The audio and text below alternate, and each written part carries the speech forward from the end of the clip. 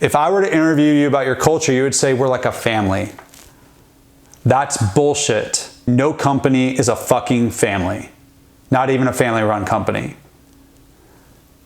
If it was, the following examples would be true in families all around the world. Let's say my daughter is 6 years old. Revenue is down for our family and we are really economically strapped. And we've got to make some hard decisions.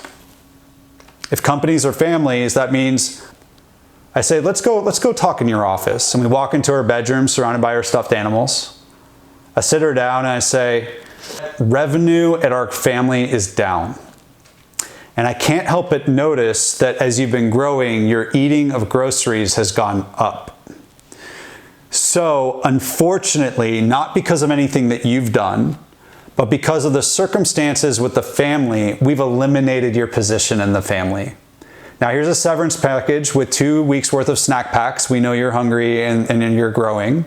And we've hired a placement service that is happy to find you a family that can afford your eating habits. But that's not going to be here. It's not personal, it's just business. My daughter never has to worry about that conversation because a family has unconditional love.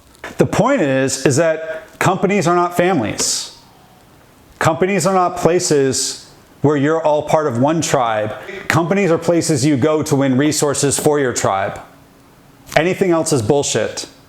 At Quicker, one of the things that I would do is when an employee was interviewing, they say, oh, you seem like you have a family-like atmosphere. And I would address that head on and be like, wait, let's talk about this.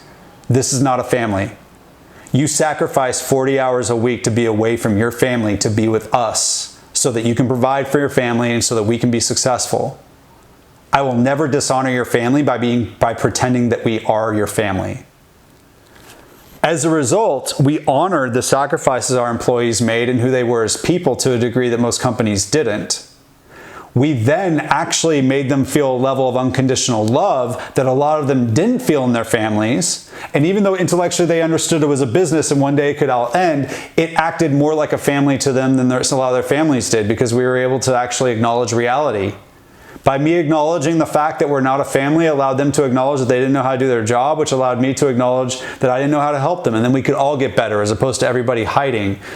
But simply by acknowledging that we weren't a family, that we weren't the tribe, we actually put ourselves in a better position to be more successful as a company and help them win their tribe.